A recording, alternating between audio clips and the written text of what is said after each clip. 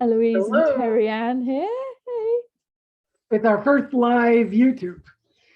This is going to be fun. We don't know what we're getting into, but let's begin. We were trying to figure. Yeah, I was Go just ahead. going to say, we are Dose of Truth Tarot, and we thought we'd have some fun delving into the world of tarot on YouTube for a bit of a change. We've done podcasts, we've done all kinds of different things. So if you want to know more about us, head over to doseoftruthtarot.com and you'll find all the links. You will, yes. The podcast is everywhere, so that's great access, almost a library of information. So we're almost we did the podcast for 2 years, 3 years. 3 years. 3 years. So yeah. And we did it weekly. So there's a plethora of information on the tarot. So here we're going to, check out your questions. I'm not going to do tarot readings. This is more about reading the tarot, which is really important. That as an individual, you're not just the querent, the person who questions and asks questions, but you're the one who's embodying all of these are symbols from the collective unconscious. We are all aware of these symbols. In some way, they're part of that unconscious that we don't know about, but then when we see it, it evokes something for us, right? So, one of the most beautiful things in the tarot is that there are 78 cards, and 56 of those cards, 54, just like a deck of cards, and then there's an additional court card to each suit. And those the court cards represent people, and the 1 to 10 represent our daily activities and the people involved in those activities and our reflections of self in those activities. So we call that the horizontal plane. It's linear thinking. It's involved with space and time. Like, I'm going to make a phone call. We're not going to get all philosophical and metaphysical about making a phone call. It's like, will I make this phone call at 5 p.m. or will my boyfriend call me by 5 p.m. and that's time defined. That's your horizontal. Anything going on, I get up, I go to the bathroom, I brush my teeth, I take a shower, I have my breakfast, or whatever order you do it in. And then the day goes on. So what's crazy is that all of that can be in the cards. So I'll tell you a story. Before I used the cards to work with people, even though I had started using tarot cards when I was 11 years old, and that's a little over 50 years ago. And, I went into different types of work. I started figuring out how to channel and work with my energy systems. And, channeling was really quite difficult. So eventually someone said, well, you know how to use the cards. Why don't you use the cards as a medium to reduce the impact of the individual's energy? And what a brilliant idea. It was just so brilliant.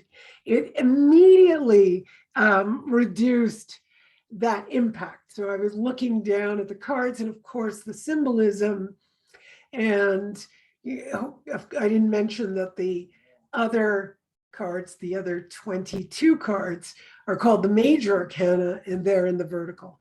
Now, you might not understand what I mean. We have the daily life, and then we have what is non-time space influenced. It is happening constantly in this particular moment, including your karmic history, including everything that's going on in space and time that is occurring in the vertical. So that's intense to tell you about that. But, over time, whatever questions you have, I love to answer. So I, was using the tarot, and it was really helping me out. And then one day I was doing a reading, And boy, I like to talk, as you can tell. I can talk and talk and talk. Once I get my subject going, enthusiasm and intuition and all of my left and right brain come in, and I'm in this zone. And if you try to interrupt me, I kind of get like, discombobulated, and then I have to listen to the question, and then I come back because, everything's working in synchronicity or in harmony. And so here I am talking about this reading and telling this person all kinds of different things. And then at the end, I said, I have a few more minutes. I'll give you an extra question if you'd like to ask the extra question. And she just turns around and says, tell me about my entire life. And all of a sudden, I feel this energy come at me and I pass out. I fall down on the floor.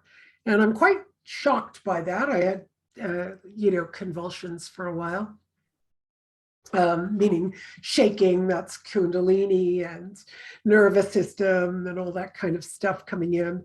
And I had lots of shaking. I was kind of used to that from channeling, that too much energy would come in. And once it was done, it took about 6 or 8 hours for the body to calm down. And then I was very curious. Why would that happen to me? Why would that? What is going on? So I did a reversal. This is another exercise that's really wonderful. You reverse through your day. So I reversed right to the moment she asked me the question. And then I, almost like a film, I started to go very slowly in slow motion. And all of a sudden, I see her asking the question, and I see everything of her life. And I went, oh my God, no wonder. It was just so much information. And by the way, I don't know if you can guess, Eloise, but what do you think I saw the most of in this person's life? Probably going to the toilet, eating. Exactly. Eating, drinking, sleeping. And it was just so fast. It was like bathroom, brushing my teeth, going off. Because these big events in our life are things we want to happen, but they don't happen that often. You're going to get married. Maybe you'll get married once or 5 times, if you're Elizabeth Taylor. You might, move quite a few times, but then if you're moving a lot, then it becomes second nature. Like I used to move every 2 years, was hardly noticeable. It's like, okay, moving time again. 2 years have gone by. I'm fed up with this place. Let me move. So I don't look back and go, those were huge events in my life. We moved. I can look back and go, what were the huge events? They're few and far between. There are terrible ones and good ones, but few and far between. So the subtlety of our lives is that we are consistently changing, right? We're changing all the time, but we don't notice it. These little things every little week. things, Yeah. little things. If it isn't the skin, if it isn't the cells, if it isn't, the wall, this is freshly painted, but slowly it's deteriorating, right? So one day you look at it and go, why does this look, cracked? And I just painted and 5 or 10 years have gone by or whatever. Right. So we don't notice those changes. And that's where the major arcana comes in. It really shows that you're consistently changing, but you're also in so many ways lacking the consciousness of how much is changing. And that usually is this horizontal energy because we want something and we strongly want to go get that thing, and we're missing the journey completely. So when you're reading tarot, there, especially in my case, I put a lot of cards out. So I'm seeing all these details, and what I try to do is, I just look at what really stands out that's important for this person to notice. And the exchanges are beautiful. They're really very beautiful exchanges that I have with people as I notice those details. And sometimes I go, yeah, and then I'll say, well, what about this? And they'll start to go, yeah, that crossed my field of vision, but I kind of ignored it, and but I liked it, or I didn't like it, and they start to really experience this internal world, right? Because if you're really doing tarot well, it's not just the reader, it's what is impacting the other person and how they're looking at it and how they're taking it and what imagery comes up for them. And they might say something and go, hey, look over here, that card represents what you're saying. And I show it to them and I go, yeah, and I can really feel into that. I can really sense what's going on. So it's really amazing to begin to understand this vertical and horizontal. I think that's super, super important. The other thing that I introduce over and over again is vertical and horizontal, over and over again, because we forget. Students over the last 20 years, say, well, remember, it's the vertical. They're like, oh yeah, and the horizontal.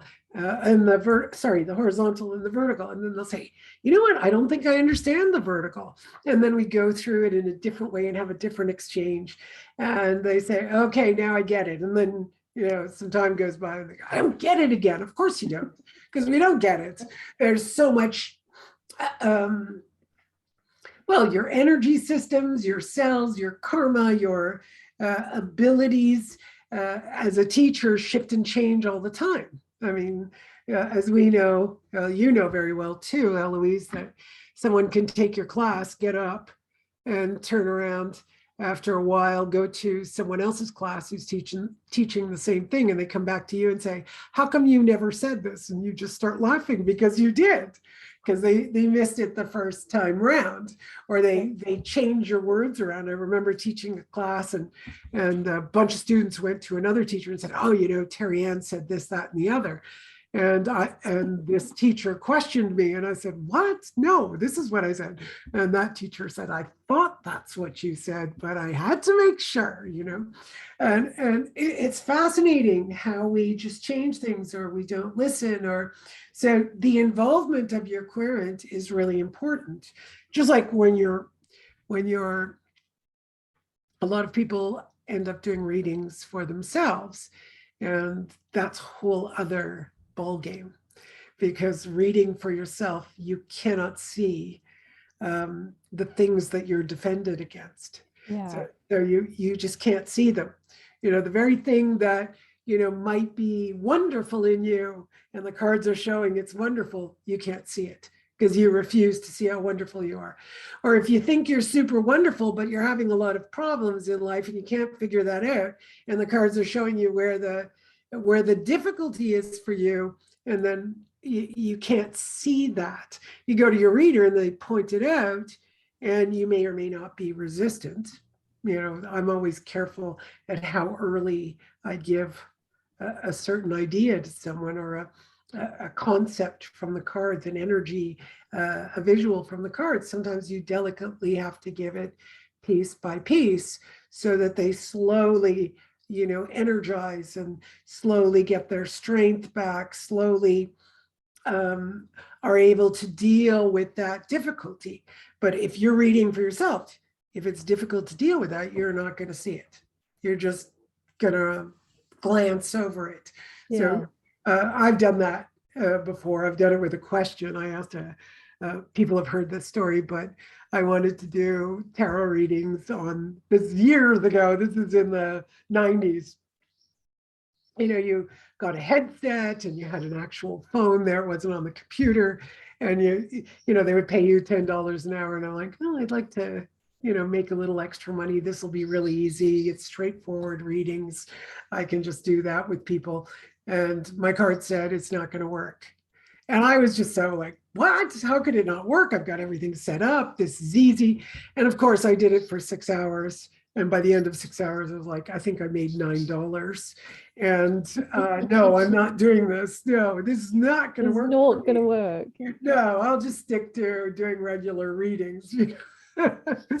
So the cards can really, tell you something, and you just go, no, no, no, no, because you're set on it. You We're can't even see it. biased. Yeah, it's like wanting a relationship. You'll read that into the cards. Whatever's there, if you're really wanting it, it's like hilarious. Yeah, it just kind of clouds your vision. Yeah. Right. I was teaching a class, and the falling tower came up, the devil came up, 10 of swords, which is ruin, came up, and she's asking, oh, will I have a relationship with this person?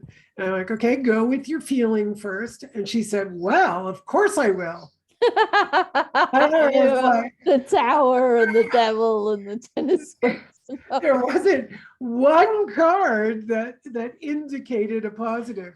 So she had superimposed exactly what you say. Yeah. She's looking down at it going, yes, and she can't see the cards, like what's staring her in the face. So I've seen that really, really often. We are hilarious people, aren't we? Or we're a strange bunch. Yes, and we're so strange because the mind tends to obscure everything, right? It just obscures what is happening. We pay lip service to, I want to be in the present.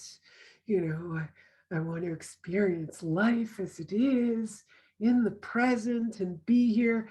And we just say those things, but we don't realize that it's, I don't know what I want to say here, that we're constantly thinking into the past and into the future. Yes, but I was also thinking that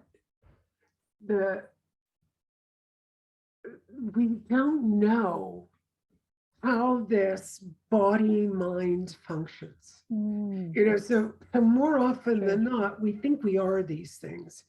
So there's no need to explore it. Yeah. I don't need to explore it. I know who I am. I'm my body. Oops, I gained some weight, so now I must be fat. And these things are always changing. I'm my mind. I'm my ideas. I'm my experiences. I'm all these things. So if you're all these things, then you can't see life as it is, and that's where it gets strange for us. And you also don't think things are going to change because that's how it is. So that's how it's going to be forever. Wow. And also we're terrified for it to change, even if we're hitting our heads against a brick wall. Well, that's better the devil I know. Yeah. I know that. So I'm comfortable in my pain. I'm comfortable in my pain, but we can also think it could get worse. Yeah. Right? Like when Moses frees the slaves, right? He frees the Jews, and what happens next? You think now you're free, life is going to be good, let's go off. And what do they have to do? They have to roam the desert for what, 40 years, something like that. I forget how many years. I have to roam the desert. Yeah. So this is our mind. Like if I change, even if I'm doing something terrible to myself, it could get worse, right? Yeah. It could become more difficult than it is now. And I've gone through these moments so often, just over and over and over again. Sitting in a place where I'm in this total energy of I'm doing this over and over and over again. It's not working. So take a different road. And there's that momentary trepidation. That's the fool. The fool is a zero, it's a whole, right? It's not, he's a zero, he's not a fool. But the moment I go from what I'm used to, even if it's bad, and I go into something new, I become the fool because I don't know what's on that path, and it could be worse. Yeah. So it's that moment where you go, you know what? Anything is going to be better than this. Yeah. One of the things I had heard Jordan Peterson say about Moses, I haven't gotten this far, so I'm going to share his idea. I still want to think about it, but he said that they had to go through the desert so that the slave energy through the progeny had to leave so that they could be independent. which is great. I think that's true. Yeah, Of almost that course, image of is it falling away. Yeah. exactly, so that the children are not, slaves. They're not born in slavery. Sure, but in our work, and even if you look at the vertical in the tarot, even if my progeny are different and they haven't been brought up in a particular environment, it's like moving to a different country. You see, when I was young, the Greeks had come into Canada in the 20s, and then that's the first free world post World War I. And then post World War II, you had another influx. You had Italians, Greeks, but of course I'm Greek, so you had this influx of Greeks. So they acted Greek, they spoke Greek, their children spoke Greek. Their children had a lot of ideas from their parents. Now, I wasn't, with my cousins and my family, I was not first generation born in Canada. I was third generation born in Canada. So you can see that those generations changed so much. Tradition was fun, not something I had to do. I could change it and modify it. So my friends that were first generation were, why are you doing it like that? You can't do that. I'd be like, oh, interesting. Well, it was just that the tradition was so indoctrinated that there couldn't be a variation. Whereas now I'm multicultural in many ways. Yeah. Brought up in a French province, part of the city that was dominated mostly by white Anglo-Saxon Protestants. And then I'm Greek in that environment. I'm the oddball with the big hips, the dark eyebrows, wearing a necklace, was always crooked because, I didn't have the straight figure that everyone had. And I wanted to wear a tartan skirt, but didn't look quite right on me because the hips are coming out and all kinds of stuff that was just different. But that allowed the flexibility of traditions. Yeah. So, when I think of them roaming through the desert, sure, that would be a huge part of it, because the immigrants that came over, they're in the desert and they have to find a way to survive. Like now in North America, at least, it isn't about survival. I mean, you've got, if something terrible happens to you, you have backing. Well, in Canada, I don't know about America, but in Canada, you're backed up. Like you could go on welfare and housing, and you have medical, and you have all this kind of stuff that can help you out. A lot of free services, free wheelchairs, free this, free that. Yep. If you can't afford it, there's so much government support. So it's a very different world. There was no support for these people, none. Yeah. Like roaming in the desert. So they had to work no matter what that job was. Now you can go get a crappy job and go, I don't want to do that. And a lot of people are doing that. I don't want to do that. I don't want to do this. I don't want to do that.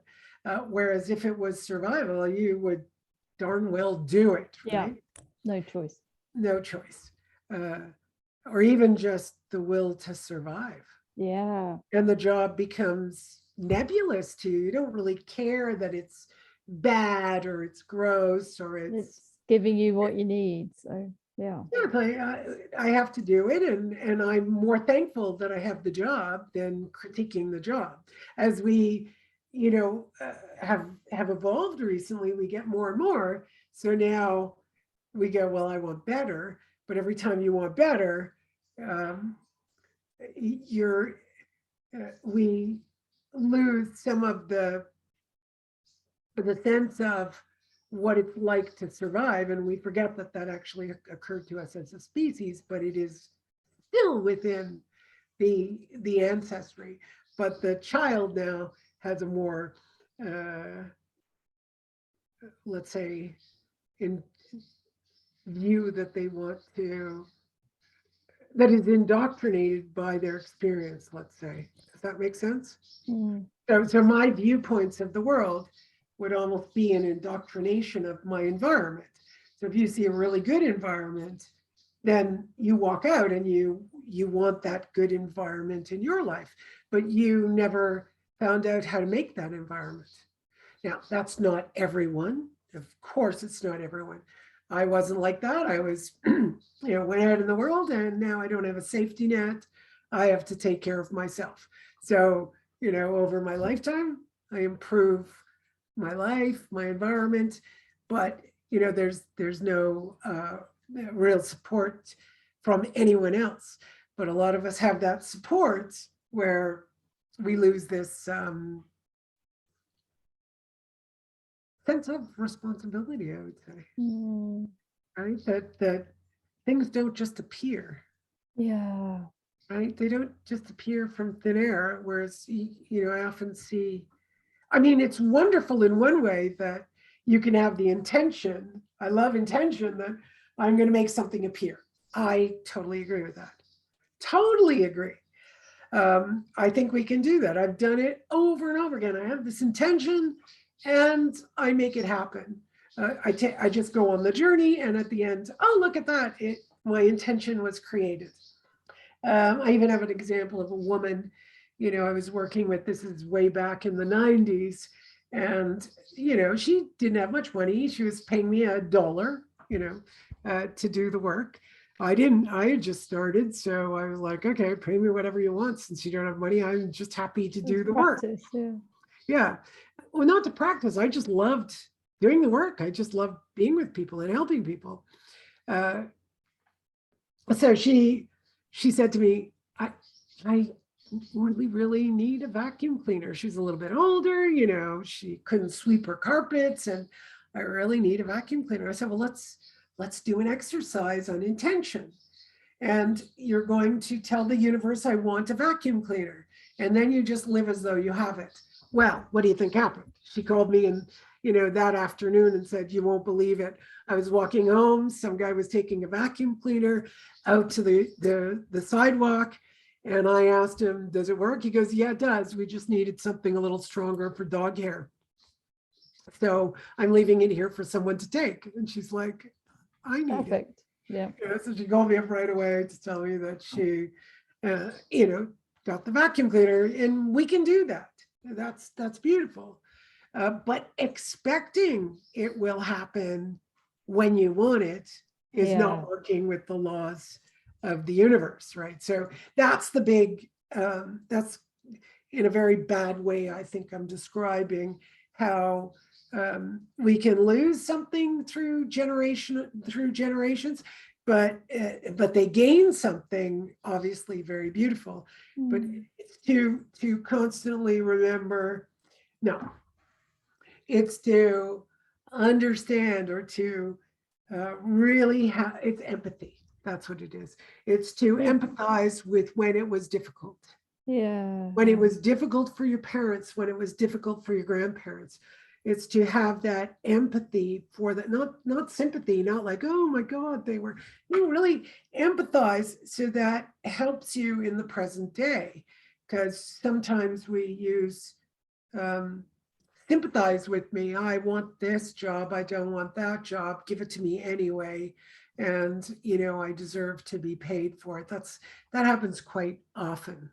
Like you can see this juxtaposition between the West and India, right? So India, you can get on, let's say Fiverr, and you can hire somebody. I think it's Fiverr.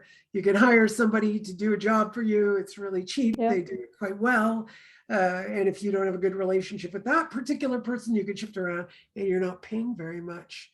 So you can see the two worlds, right? So this world in the West we have a lot.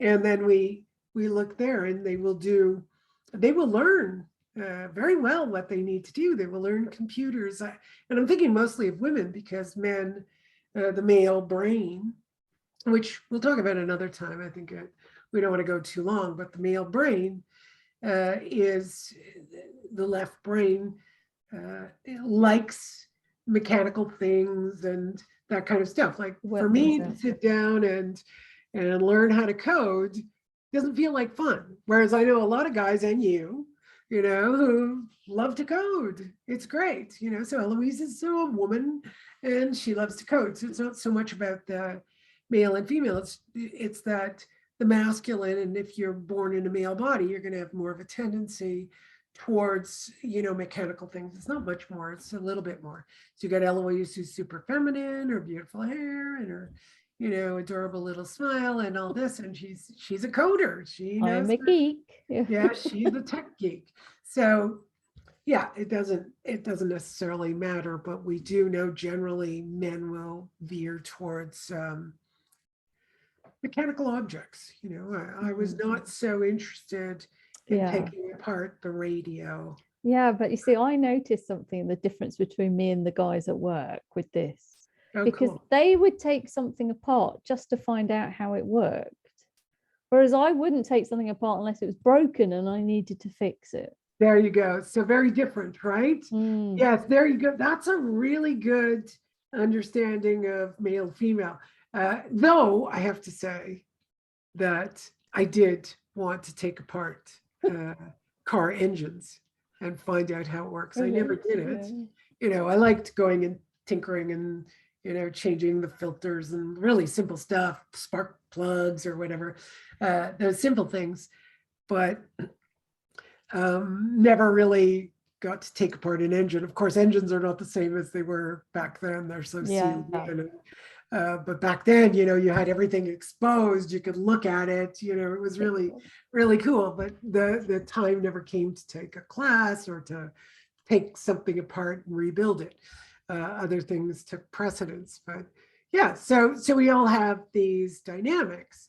But we know men are more adept, because if you look at countries that have more equality, the women have more of a tendency to, do things like you and I do. We do healing, we do tarot, we do blah, blah, blah. But yet, there are a lot of men who do tarot. But if you look online, you're going to see more women, right? You're going to see a lot more women who are actually doing the tarot. Why is that? Well, the feminine goes down the rabbit hole, and the masculine is more about being inspired, and they work well together, right? They work really well together. So yeah, interesting. Anyway, we have to. We can talk forever, but we can talk forever. But today we're going to cut it short because we were late, and I am now late for someone else. So I bid you adieu. Yeah, and we'll be back next week with more fun about tarot. Yeah, and just tell us, what subjects you'd like us to talk about. Happy to do that. Yeah. Any questions, comments, put it in the comments. In the comments below. We'll be back next week. Smash that like button. Share. Subscribe. Remember, subscribe and share. That helps us out. And we need your support to be able to continue to give you. I mean, I tend to give everything away. So, this can be a master's course in how to do tarot. So yeah, please do help us out. Smash the like button. Yeah. Subscribe and share. Make a comment. Help us out. Comment. Help us out. Ask a question. Yeah. And we'll see you next week. Take care. Bye. Bye. I gotta go. Bye.